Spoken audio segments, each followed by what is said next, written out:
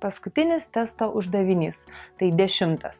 Rodiklinė lygtis. Tai pirmiausia, suvienodinsim laipsnių pagrindus. Čia matom 9, čia 3, taigi 9 keičiame į 3 kvadratu. 3 kvadratu laipsnio rodiklį perrašau. Čia vienetas yra 3 laipsnėje 4x minus 2. Dabar laipsnį keliant laipsnių, laipsnio rodikliai sudauginami. Tai būtų 3 laipsnėje 2x plus 2 yra lygų 3 laipsnėje 4x minus 2. Jau dabar laipsniai lygus, pagrindai lygus, tai ir laipsnio rodikliai yra lygus.